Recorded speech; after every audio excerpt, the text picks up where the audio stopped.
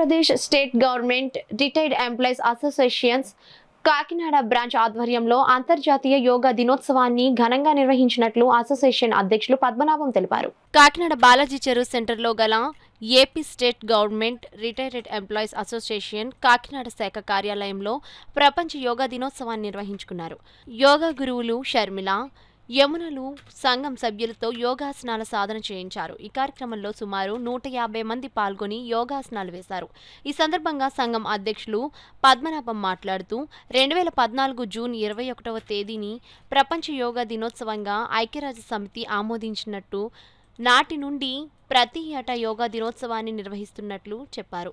ఈ కార్యక్రమంలో సంఘం కార్యదర్శి నూకరాజు, కోశాధికారి Seshagiri, association president Venkatrao, CH Sarojini, Raghu, సంస్థ కార్యదర్శి ఇబ్రహీం, సాజిద్, మాణిక్యం, ప్రసాద్, సంస్థ సభ్యులు పాల్గొన్నారు.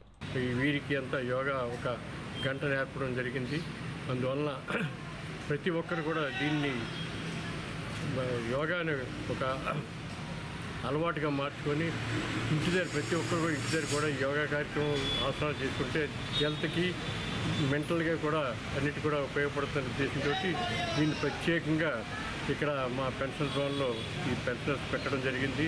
అదేవిధంగా రాష్ట్ర ఆదేశాల మేరకు కూడా ఈ కార్యక్రమం మొట్టమొదటిసారిగా ఈ పెన్షన్ భవన్లో చేయడం మాకు చాలా ఆనందదాయకంగా ఉందని సభాముఖంగా తెలియపరుచుకుంటూ మరి మా రాష్ట్ర అధ్యక్షుడు సాధ్యం కూడా కొన్ని విషయాలు చెప్పాల్సి కోరుతున్నాను. షర్మిల గారు, యమున గారి యొక్క టీం వారు ఇవన్నీ నేర్పుతూ వాళ్ళకి ఆసనాలు అవన్నీ వేసేటువంటి కార్యక్రమం చేస్తున్నారు.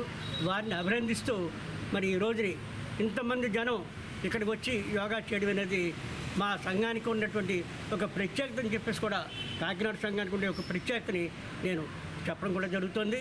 అలాగే యోగా అనేది ఈవేళ దైనందిక జీవితంలో ఒక భాగంగా ప్రతి ఒక్కరు కూడా చేసుకుని వాళ్ళ యొక్క ఆరోగ్యాన్ని కాపాడుకోవాలని చెప్పేసి నేను అందరికీ మనవి చేసుకుంటూ ఈ అవకాశం ఇచ్చినందుకు థ్యాంక్స్.